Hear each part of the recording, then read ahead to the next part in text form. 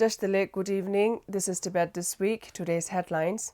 His Holiness the Dalai Lama concludes a successful visit to Mongolia. His Holiness arrives back in Japan for final leg of the Japan visit. Sikyong speaks at the prestigious Halifax International Security Forum in Canada. The Office of Tibet Moscow organizes a conference on Tibet and Buddhism. Office of Tibet Brussels calls on Socialist Group of European Parliament. Office of Tibet Taiwan hosts a Menzikang outreach team in Taipei. 2 Tibetan women stage a peaceful protest in Tibet. Sikyong receives a standing ovation in the Canadian House of Commons.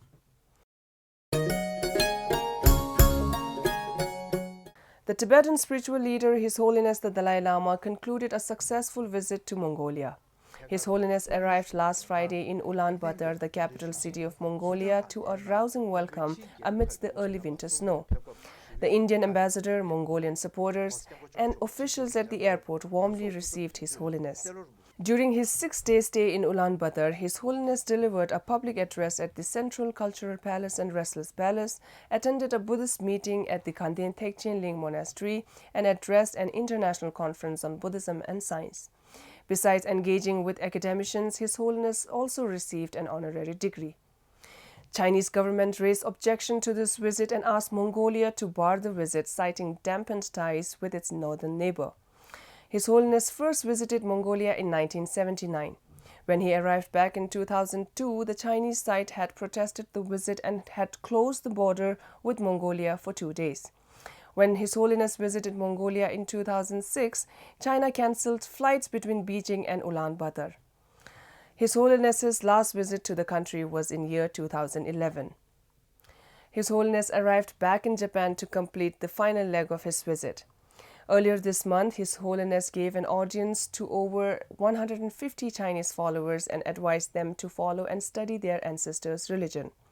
His Holiness said different religious traditions in this world preach development of positive values such as love, compassion, generosity, and patience, but Buddhist philosophy is the most detailed and it can go hand in hand with science.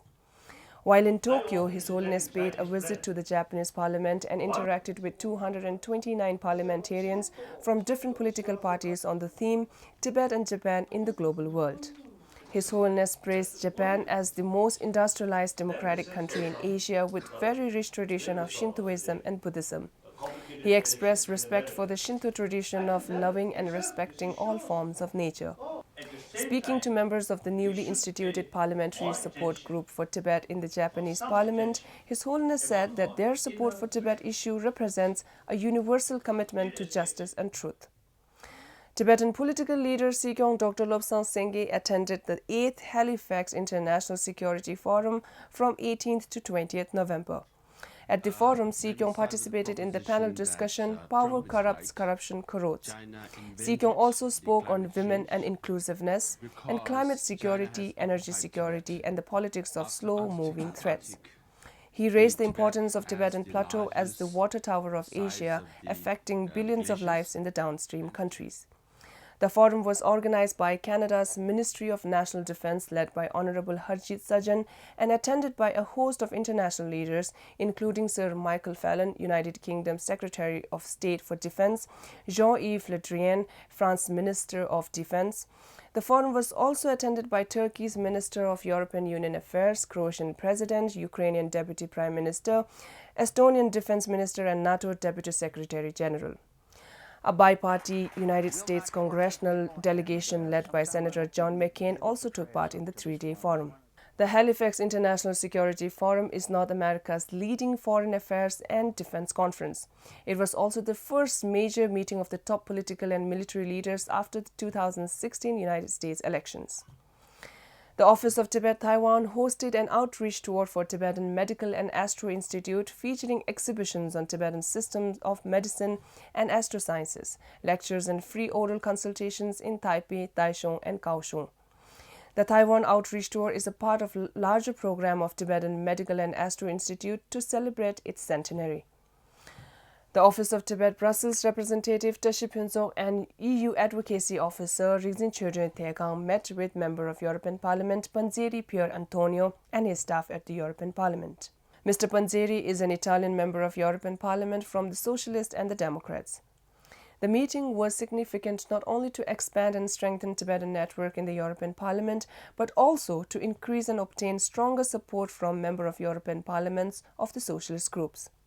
Office of Tibet Moscow organized a two-day international roundtable conference on Tibetan Buddhism at the prestigious Russian Academy of Sciences in Moscow. More than 30 Tibetologists and research scholars, including research fellows at the Dharamshala-based Tibet Policy Institute, took part in the discussions. Opening the roundtable conference, Telutu Rinpoche, honorary representative of His Holiness the Dalai Lama to Russia, Mongolia and CIS countries, noted that Tibet is going through many changes, some good changes but mostly unfortunate, and encouraged the scholars and historians and academicians to keep the momentum alive by closely studying the changing situation. He reminded the conference that the Tibet issue must be studied from various aspects, including its culture, identity, religion, folklore, and especially its fragile environment. On Tuesday last week, two Tibetan women staged a peaceful demonstration in the streets of Ngaba town in Amdo region of eastern Tibet. However, the identification of two Tibetan women and their whereabouts following the protests remain unknown. A footage of the demonstration circulating online appears to show the two Tibetan women clad in traditional Tibetan attire walking down the street wearing photographs of His Holiness the Dalai Lama and raising slogans such as "Long live His Holiness the Dalai Lama." The Canadian Parliamentary Friends of Tibet hosted a reception for Sikyong Dr. Lobsang Sengye to honor his visit to Canada. Over 20 members of Canadian Parliament representing diverse political parties attended the reception. The gathering expressed their unanimous support for human rights and environmental protection in Tibet. This is Sikyong's first visit to Ottawa since the Liberal Party came to power last year. Sikyong expressed concern over destruction of Larunggar Monastery, one of the biggest institutions of Buddhist learning in Tibet, and the anti-mining protest that took place in Decheng County, incorporated into China's Yunnan province. On the sidelines of the visit, Sikyong also spoke to members of the Canadian press, including an interview with the Globe and Mail, the largest newspaper in Canada. Reuters also published a piece on Sikyong's visit titled, "Canada should be ready to press China over Tibet," says exiled Prime Minister. On Tuesday this week, Sikyong Dr. Lobsang Sengye received a standing ovation in the Canadian House of Commons. Arif Virani, Chair of Parliamentary Friends of Tibet, introduced Sikyong to the House and lauded the middle way policy. To speak about Tibetan leader Dr. Lobsang Sangye. His Holiness the Dalai Lama relinquished political leadership of the Tibetan community in 2011, and Dr. Sangye was the first person elected ever to the post of Sikyong, or government leader, that same year.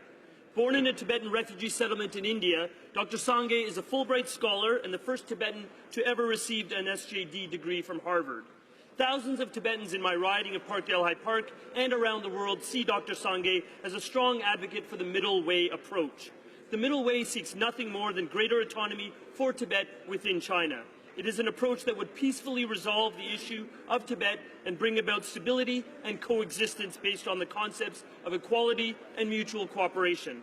I salute Dr. Sangye, as well as Mr. Pempa Sering, the official representative of His Holiness the Dalai Lama, for their important work in promoting awareness about the middle way approach. For their vital efforts, I say, Tashi Dalai.